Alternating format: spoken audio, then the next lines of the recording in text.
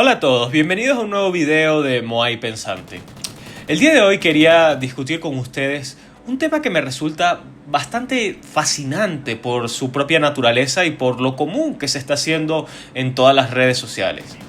Es un tema que creo que muchos de ustedes ya se habrán percatado que está explotado hasta la saciedad y personalmente me resulta muy poco fundamentado, muy débil en su argumentación, y no es otro más que esta falacia, esta percepción que a mi juicio es muy errada de que las cosas antiguas son mejores que las que tenemos hoy en día.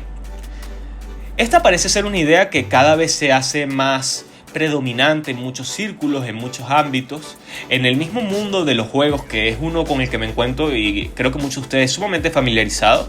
Parece que hay esta falsa percepción de que una cosa que en su día no fue alabada por su calidad, o digamos que fue muy criticada, con el paso del tiempo parece que va convirtiéndose progresivamente en algo de culto, en algo sumamente superior, aun cuando en su día fue algo que haya sido por una u otra razón infinitamente criticado. Estoy bastante cansado de ver este tipo de contenido repetirse hasta la saciedad en muchas de las redes. Decir, no, los juegos en la época de la PlayStation 3 eran mejores. No, los juegos en la época de la PlayStation 2 eran aún mejores. Y así progresivamente en una especie de espiral continua hasta que terminamos diciendo que los mejores juegos eran los de los años 80 en la Atari 2600. Realmente esto me parece una equivocación enorme, porque si bien es cierto que hay aspectos en cualquier ámbito que si bien pueden perder calidad, estoy completamente de acuerdo con ello.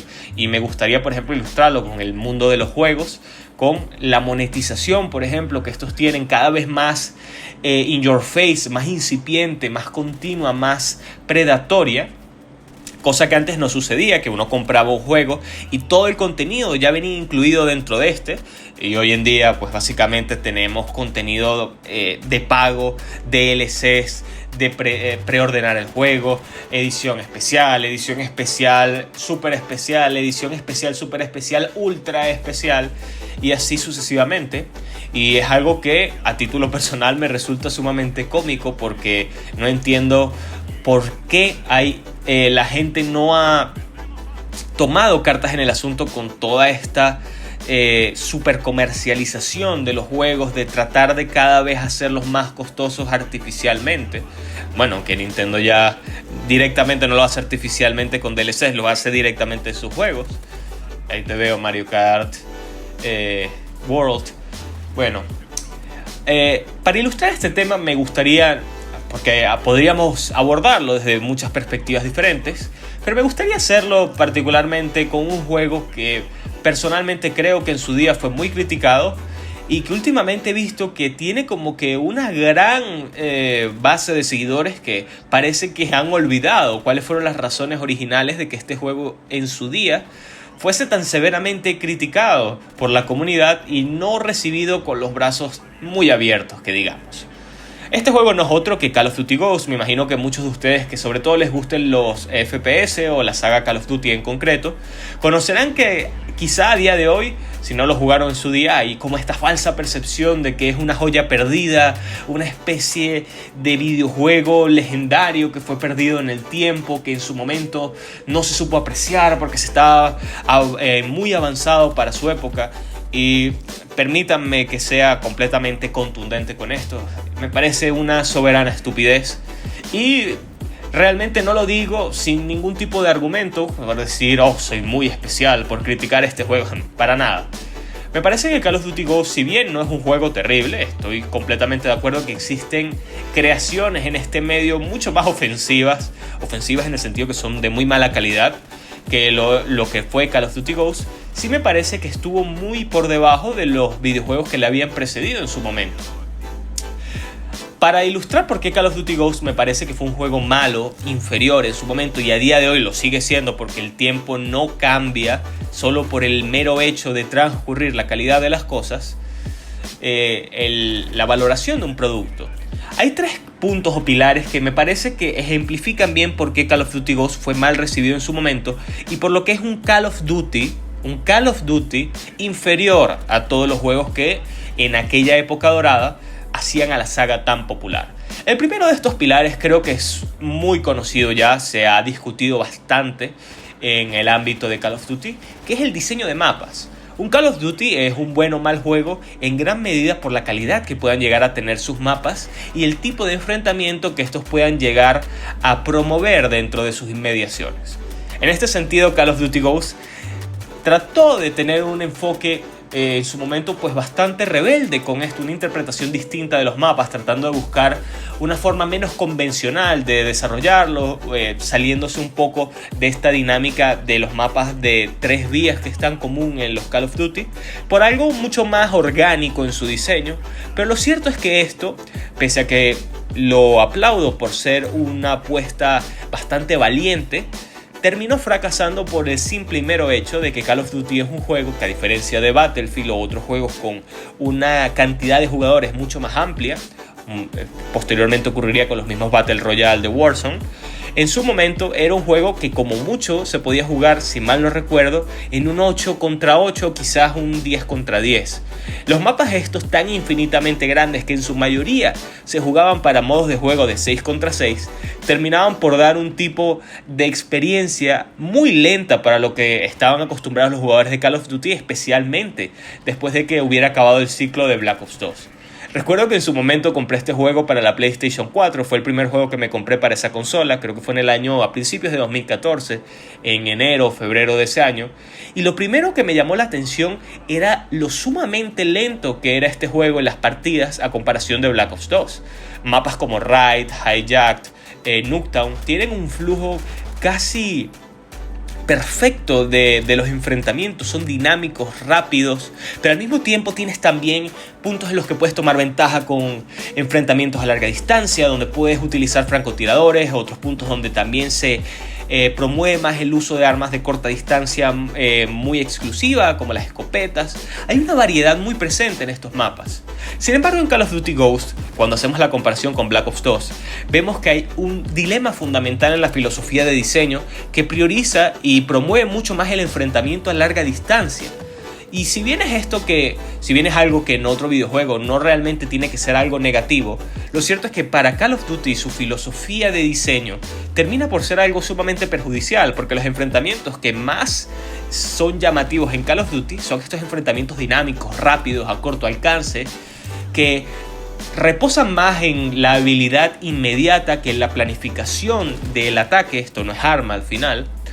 Pues Ghost terminó por cambiar completamente esta dinámica, que se tradujo directamente en unos mapas mucho más lentos, menos dinámicos y por lo tanto mucho menos divertidos de jugar, especialmente para alguien que disfrutaba de ese principio jugable de Black Ops 2, de Modern Warfare 3, de Modern Warfare 2 y de todos esos Call of Duty de la época dorada.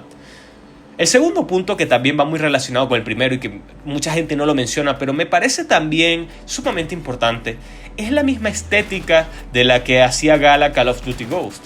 Si lo comparamos con Black Ops 2, vemos que en Black Ops 2, hay un diseño y una identidad visual excepcional en el diseño de los mapas. Raid tiene su fuente roja que genera todo ese cilindro central de enfrentamientos, toda esa zona plaza, que al mismo tiempo tiene ese hito vertical que marca ese punto de enfrentamiento, tiene la zona donde puedes bajar en el medio, puntos de ataque a larga distancia, media distancia, la zona de las piscinas. Lo mismo ocurre con Standoff, el mismo Nuketown. Sin embargo, Call of Duty Ghosts, al tener este tipo de apuesta mucho más dinámica con su desarrollo, pues terminó generando mapas que eran mucho menos distinguibles unos entre otros, cosa que al mismo tiempo también se veía incrementada por la misma paleta de colores de Ghost, que era mucho menos desaturada, con elementos menos reconocibles y que también tenía en general como que un tipo de diseño que tendía más a lo apocalíptico, a lo destruido, que en Black Ops 2, que realmente los props los objetos que se utilizaban para rellenar los mapas, pues eran algunos que no estaban tan pasados por el efecto de la guerra. Eran elementos mucho más limpios, mucho más nuevos y fácilmente reconocibles. Ghost ocurre todo lo contrario, ya que los mapas son muy derruidos, la paleta es muy desaturada, pues termina por favorecer este efecto en el que los mapas son muy difíciles de distinguir entre ellos y tienden a tener una monotonía o un cansancio a la hora de jugarlos.